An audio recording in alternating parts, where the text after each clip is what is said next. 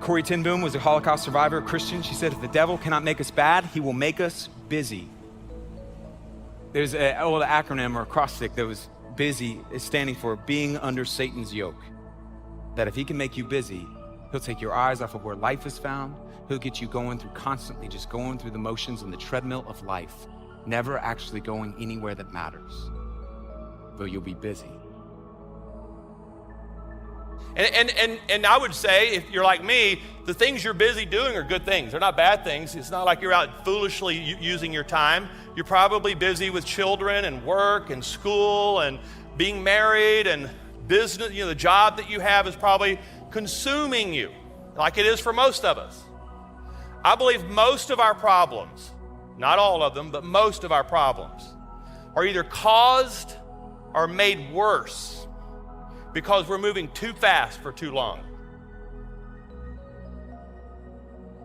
It was Corrie ten Boom who said, if the devil can't make us bad, he'll just make us busy. And here we live in this life where just everything's 1,000 miles an hour. There's texts coming in and there's things we got to read and places we got to go and stuff we got to, just busy. And we've accepted that this is just how it has to be. But God says, no, there's something you can choose to do and you can choose to stop. If Satan can't make you bad, he'll make you busy. When we think about how Jesus said that the enemy came to steal, kill, and destroy, you might wonder, kill in what way? Destroy in what way? Steal in what way? One of the ways he'll work on you is to steal your time, to cause you to become so busy that you lose sight of the more important things. He loves to get us off track.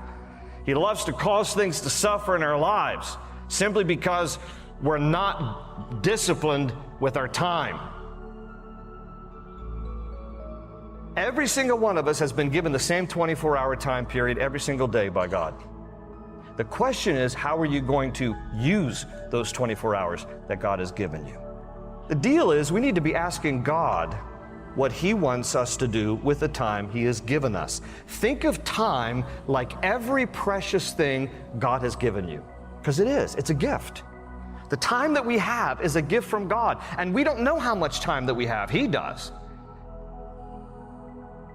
If your time with God is hit and miss, if your time with God is not a priority, you will miss much of what God wants to do in your life.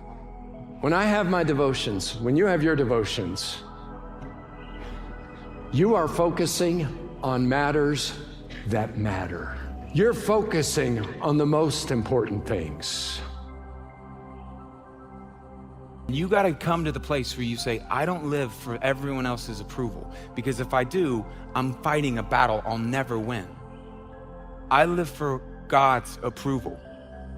And so at the end of the day, I'm going to stand before Him and say, I've tried to be faithful and handle and do everything I can.